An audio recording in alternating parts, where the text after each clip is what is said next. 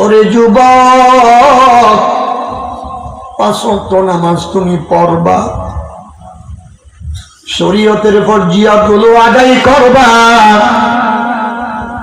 আমার নবীর প্রত্যেকটা সুন্নতের উপরে আমল করবা। ওরে যুবক, কবরে যাওয়ার আগে তুমি তোমার বাবা মা যদি তোমার কাছে থাকে তাদের সঙ্গে সদ ব্যবহার করবা, খোশাকলাকে খোশ মেজাজে কথা বলবা, তাদের সেবা শুশ্রূষা তুমি নিয়মিত করবা। আমার নবী, তোমার নবী, মায়ার নবী, কুল মাখলুকাতের নবী, শরীয়তের পয়গম্বর মুহাম্মদ আরবি সাল্লাল্লাহু আলাইহি ওয়াসাল্লাম বলে, وقال رسول الله صلى الله عليه وسلم رضا ربي في رضا الوالدين। ও যুবকের দল, ও গাজীগাঁওয়ের যুবকরা, যদি তোমার পিতা মাতা তোমার উপরে সন্তুষ্ট হয়ে যায় তুমি বড় খুশনসিব। আল্লাহ, তোমার মতো দামি মানুষের সমাজে কেউ নাই। নবী আমার ঘোষণা দিল, স্বয়ং মালিক তোমার উপরে খুশি হয়ে যাবে। কে খুশি হবে?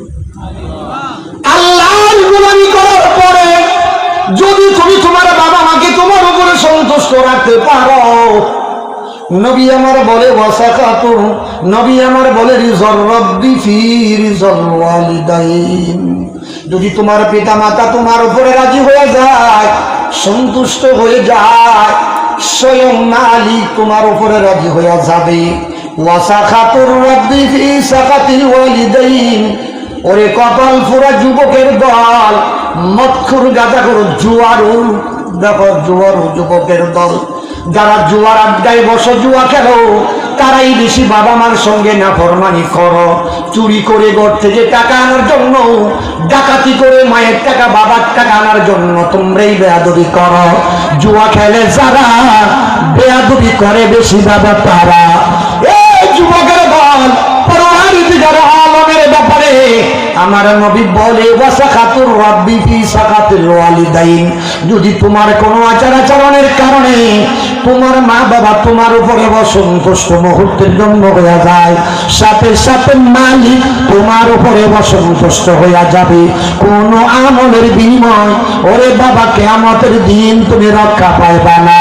আমার নবী আরো বলে, ক্বালান নবী সাল্লাল্লাহু আলাইহি ওয়াসাল্লাম মা মিন ওয়ালাদিন বাররি ইয়ানজুরু ইলা ওয়ালিদাইহি নাযারা রাহমাতিহি ইল্লা কাতাবাল্লাহু লাহু বিকুল্লি নাযারাতিন হাজ্জাতান মাবরুরা। ক্বালু ওয়া ইন নাযারা কুল্লা ইয়াউমিন মিআতা মাররা আও কামা ক্বালান নবী আলাইহি সাল্লাতু ওয়াসসালাম। ঘরে গিয়া যদি তোমরা মসজিদ থেকে নামাজ পড়ে ঘরে গেলা, যদি কোনো কর্মস্থল থেকে ঘরে গেলা, গিয়া যদি তুমি তোমার মায়ের চেহারার দিকে মায়ার নজরে তাকাও, মহব্বতের নজরে যদি তুমি তাকাও, তোমার বাবার চেহারার দিকে যদি মায়ার নজরে তাকাও, মহব্বতের নজরে তাকাও, ভালোবাসার নজরে তুমি তাকাও, আখরি পয়গম্বর বলে সাথে সাথে তোমার আমল নামার মধ্যে একটা মকবুল হজের সওয়াব জমা হয়ে যাবে।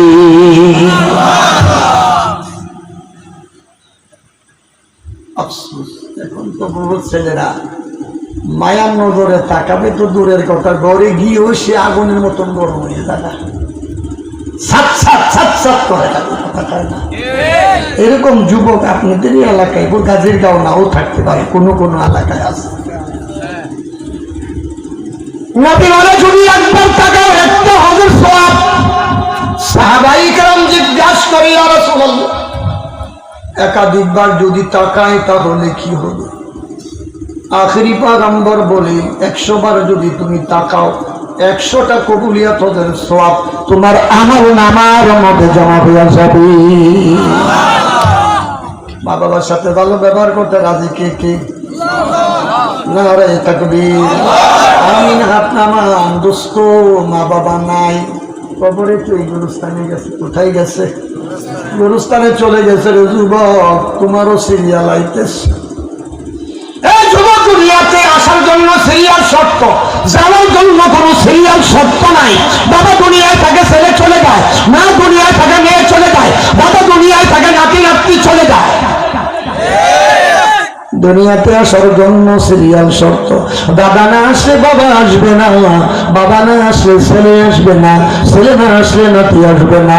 কিন্তু কবরে যাওয়ার বেলা কিন্তু এই সিরিয়াল নয় বাবা গো। কবরে যাওয়ার বেলা সিরিয়ালটা হলো ভিন্ন। আসার বেলা আইন হইল একটা, যাওয়ার বেলা আইন হইল বাবা আর একটা। আসার বেলা আইন হইল বাবা আসতে হয় আগে, সন্তান আসে তারপরে। বাবা গো কবরে যাওয়ার বেলা, দুনিয়া থেকে চিরনিদ্রায় যাওয়ার বেলা এই আইন কিন্তু যুবক নাই। তোমার বাবা মা কবরে চলে গেছে, তুমি এখন দুনিয়াতে আসো। দুনিয়ায় থাকা অবস্থায় তুমি তোমার বাবা মার সঙ্গে নাফরমানি করেছো, বেয়াদবি করেছো, বাবাকে ধমক দিয়ে কথা বলেছো। এখন ক্ষমা নেওয়ার কায়দা স্বরূপ কি? শরীয়ত সুন্দর ফয়সালা দিয়েছে রে বাবা। ওরে বাবা, শরীয়ত এমন একটা ধর্ম, যে ধর্মের মধ্যে সকল সমস্যার সমাধান দিতে পারে যে ধর্ম, ওই ধর্মের নাম হইল বাবা শরীয়ত। শরীয়ত কত সুন্দর ফয়সালা। তোমার বাবা মা কবরে চলে গেছে রে যুবক, এখন বাবা মার নামে বেশি বেশি করে খরচ করো, বাবা মার নামে মসজিদে টাকা দান করো, মাদ্রাসায় টাকা পয়সা দান করো, গোরস্থানের উন্নয়ন কল্পে দান করো, বাবা মার নামে তুমি রোজা রাখো, বাবা মার নামে নফল নামাজ পড়ো, বাবা মার জন্য কবরে দিয়া বেশি বেশি করে দোয়া করো।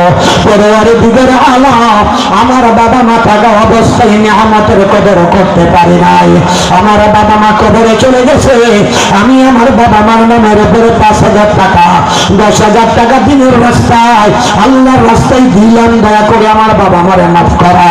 আল্লাহ তোমার বাবা মারে মাফ করে দিবে, তোমার বাবা মার রূহটা তোমার উপরে রাজি হয়ে যাবে, তখন তুমিও বাবা মাফ পেয়ে যাইবা।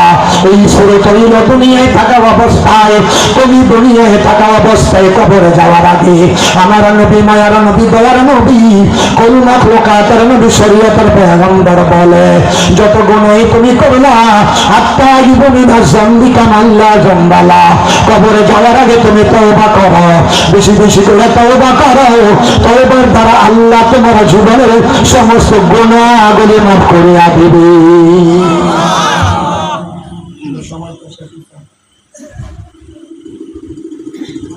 ছিলেন 10:10 থেকে 10:30 আমি বলছি, আমি 1 ঘন্টা বেশি কথা বলতে পারি না। এখন হার্ট অপারেশন করা, একদিকে আরেকদিকে গরম।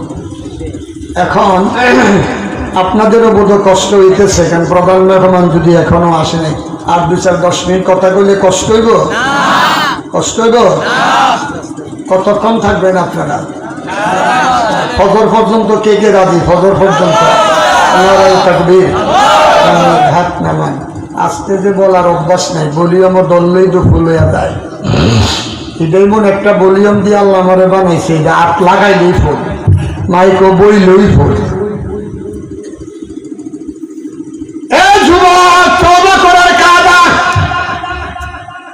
বহুত গাঁজা খাইছো, জুয়া খাইছো জীবনে। এ গাজীর গাঁও এলাকায় জীবনে যতদিন মারতে পাই ততদিন না জুয়া খেলবো না। কে কে একটু হাত তুলে আমার দেখান তো দেখি। এই যে অনেক আপুডে না দিতে চুপচাপ, হ্যাঁ খেয়াল হাত লাগান করেন দেখি আমি।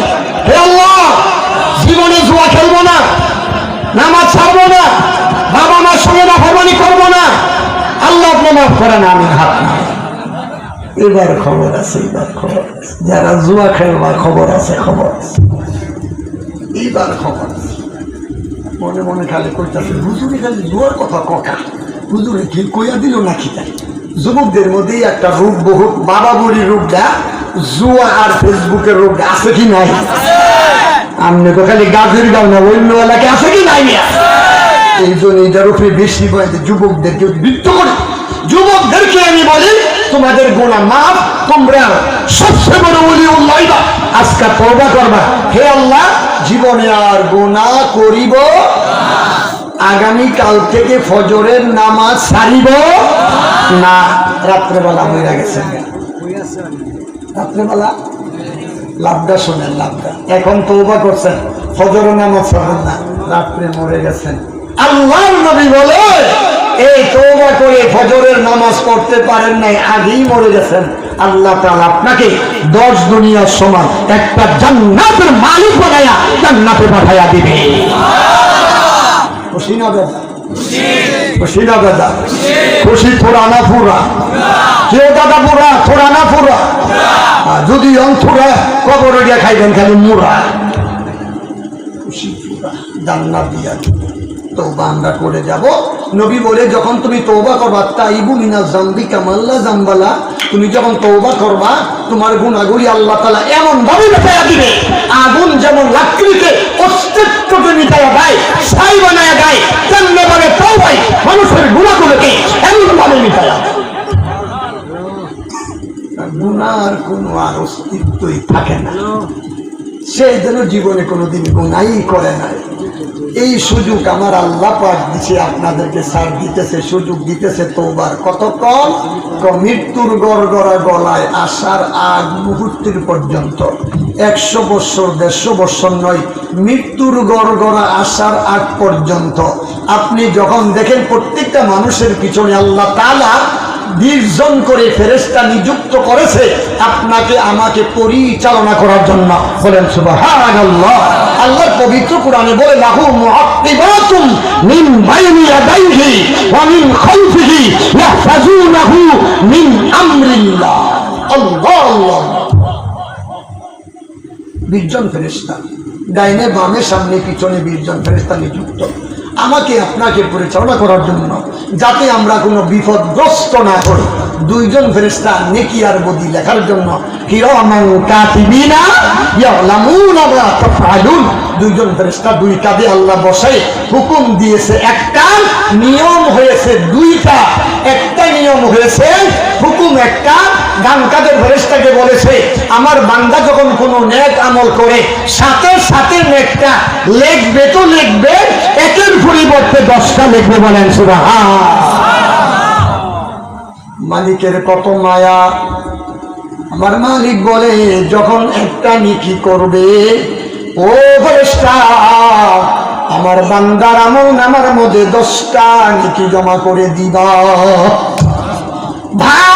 ফেরেশতারে বলে দিল লেখবা, তবে লেখবা তো লেখবা আমার বান্দা যখন কোনো গুনার কাজ করে, আমার বান্দা বুঝে নাই জুয়ার আড্ডায় বসে গেছে, অপেক্ষা করবা অন্তত 7 ঘন্টা পর্যন্ত অপেক্ষা করো, দেখি আমার বান্দানি তওবা করে।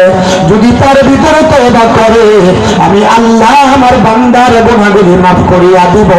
আমার বান্দার আমলনামার মধ্যে গুনার দাগ লাগাইতে চায় না। যদি একটা গুনাহ করে তারপরে যদি তওবা না করে জবা করবা, গুনাহটা লেখবা তো লেখবা, একটা গুনার পরিবর্তে একটা গুনাহ লেখবা, 2টা গুনাহ লেখা যাবে না। 10টা নেকির বেলা বলেছে লিখবে তো লিখবে, 10টা নেকি লিখবে। গুনার বেলা বলেছে আগে অপেক্ষা করবে, তারপরে লিখবে তো লিখবে, একটার পরিবর্তে একটাই লিখবে। এই মালিক আমাদেরকে সুযোগ দিল রে বাবা, মৃত্যুর গড়গড়া গলায় আসার আগ পর্যন্ত যদি তুমি তওবা করো আমার আল্লাহ তোমার জিন্দেগির গুনাহগুলি মাফ করিয়া, যতই জুয়া তুমি খেলেছ, যতই বাবা বলি তুমি খেয়েছ, যতই তুমি সুদ খেয়েছ, যতই তুমি মিথ্যা কথা বলেছ, যতই তুমি অপকর্ম করেছ, যতই তুমি জানাটা বিচার করেছ, যখনই তুমি সারেন্ডার করবা, যখনই তুমি অনুতপ্ত হইবা, যখনই আল্লাহর কাছে তুমি সারেন্ডার করবা, ও মালিক আমি আর জীবনে গুনাহ করব না, আমার মালিক বলে সঙ্গে সঙ্গে তোর গুনাহগুলি মাফ করে দিলাম। মাফ করিয়া শেষ করি নাই, আবার 10টা দুনিয়ার সমান একটা জান্নাতের মালিক করে বানায়া দিলাম।